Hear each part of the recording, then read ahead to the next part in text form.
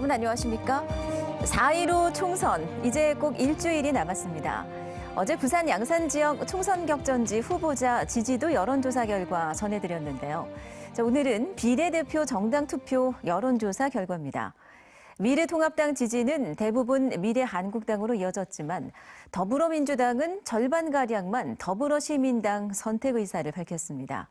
조재형 기자가 보도합니다. 여론조사 결과 부산 지역의 단순 정당 지지도는 미래통합당 46.2%, 더불어민주당 35.9%로 10.3%포인트 격차를 보였습니다. 그 다음 국민의당, 정의당, 우리공화당, 민생당 순입니다. 지지정당 없다와 무응답이 8.4%로 부동층이 10% 이내에 그쳐 투표일을 앞두고 진영 대결이 뚜렷해지고 있습니다. 비례위성 정당에 대한 부산 여야 지지자들의 선택 양상은 달랐습니다. 미래통합당의 위성 정당인 미래한국당에 투표하겠다는 비율은 43.6%로 통합당 지지자의 88.2%가 미래한국당 선택 의사를 밝혔지만 민주당 지지자들의 선택은 갈렸습니다. 민주당의 위성 정당인 더불어시민당을 선택한 응답자가 19.3%였고 7.7%는 민주당 탈당 인사들이 주도한 열린민주당을 선택했습니다. 일부는 아예 정의당으로 옮겨가 정의당 선택 비율이 5.7%로 정당 지지율보다 3.7%포인트 높았습니다. 민주당 지지자의 49.2%만이 더불어시민당을 선택한 겁니다. 연령별로는 60대 이상에서 미래한국당에 투표하겠다는 응답이 많았고 더불어시민당에 투표하겠다는 응답은 40대와 30대가 많았습니다. 한편 대통령 국정수행평가에 대해선 부정평가가 52.9%로 긍정평가 42.9%를 10%포인트 웃돌아 국정수행에 대한 판단이 정당 선택에도 그대로 이어졌습니다. 자세한 여론조사 내용은 중앙선거여론조사심의위원회 홈페이지를 참고하면 됩니다. MBC 뉴스 조재영입니다. 일주일 앞으로 다가온 4.15 총선. 이번 선거의 투표율은 코로나 이슈 등 변수가 많은데요. 반드시 투표하겠다는 유권자 비율이 꽤 높게 나왔습니다. 특히 부산은 50대와 원도심에 거주하는 유권자들이 적극 투표층으로 떠올랐습니다. 계속해서 황재실 기자입니다. 이번 총선에서 반드시 투표하겠다고 대답한 부산 지역 유권자 비율은 62.7%로 나왔습니다. 가능한 투표한다는 비율을 합하면 90%가 넘습니다. 2016년 총선의 부산 투표율 55.4%와 비교하면 높은 수치입니다.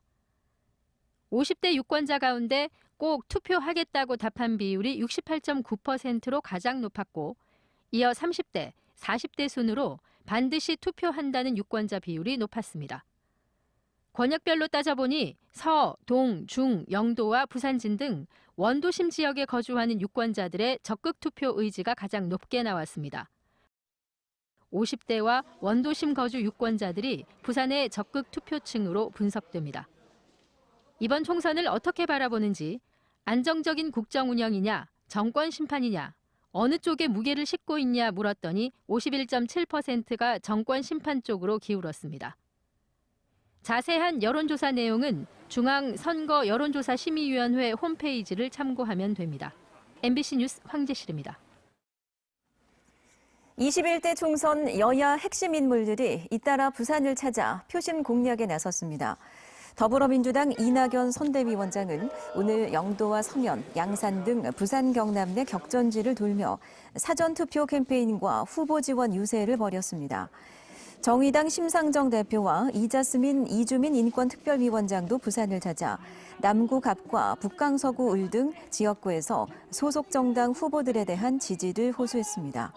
또 미래통합당과 민생당 등 각 정당과 무소속 후보들은 각자 지역구 현장을 뛰며 오늘 10일부터 시작되는 사전투표를 앞두고 지지층 결집에 나섰습니다. 해경이 15만 톤급 화물선의 부산신항 크레인 충돌 사고 관계자들을 소환해 조사를 벌였습니다.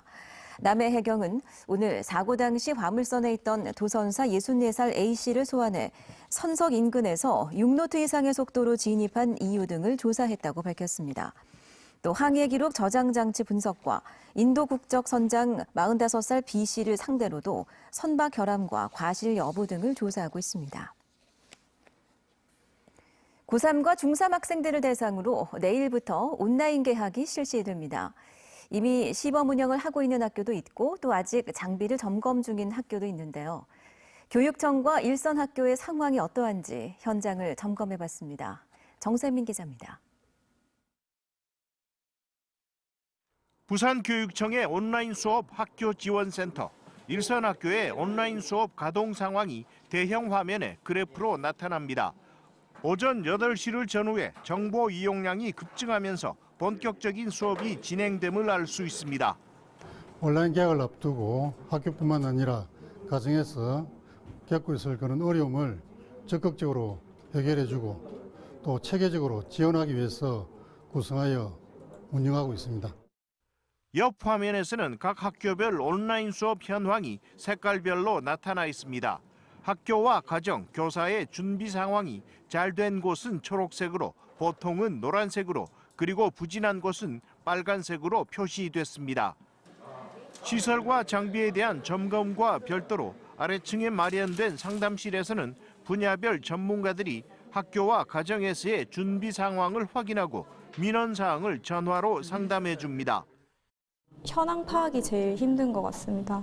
왜냐하면 학부모님들이 그 전화를 잘 안 받으시는 경우가 또 많고 수업하실 때 이제 바로바로 답변이 안 되시는데 교육청에서는 빨리 이제 자료를 달라고 요청을 많이 하니까. 네, 쪽지 시험 열어보세요. 같이 한번 풀어. 온라인 수업을 시행 중인 고등학교 교무실.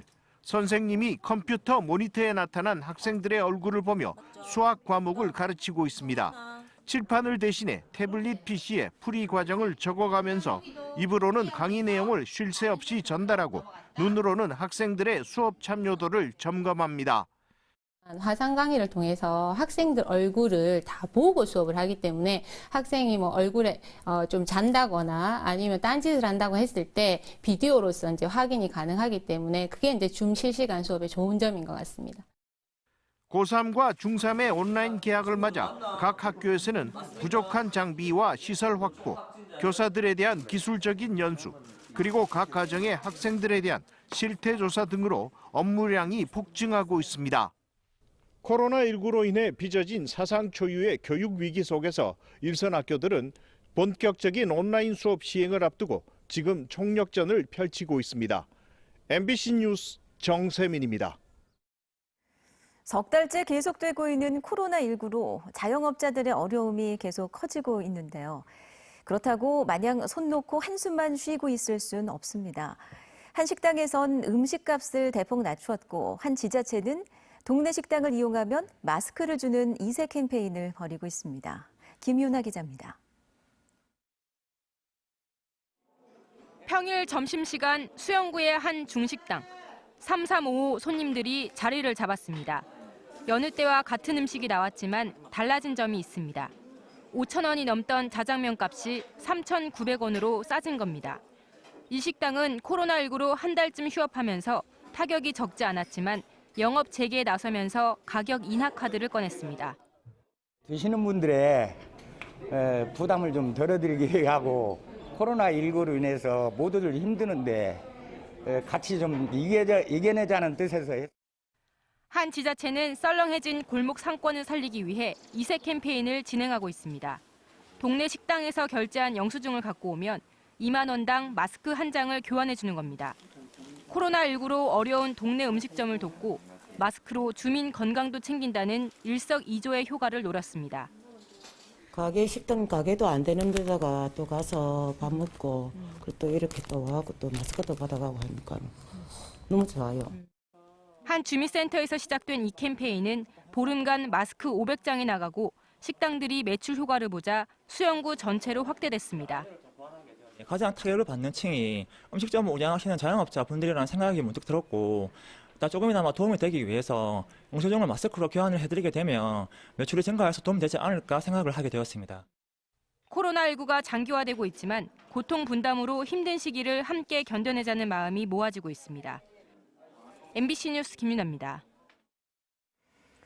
부산에서는 오늘 코로나19 추가 확진자는 없었지만 자가격리자 수가 증가하면서 3,000명에 육박하고 있습니다. 오늘 오후 2시 현재 부산의 전체 코로나19 확진 환자는 122명이며 이 가운데 입원 중인 환자는 25명입니다. 완치자는 94명으로 늘었고 사망자는 3명입니다. 어제 추가 해외 입국자 187명이 들어오면서 자가격리자는 2,972명으로 늘었습니다.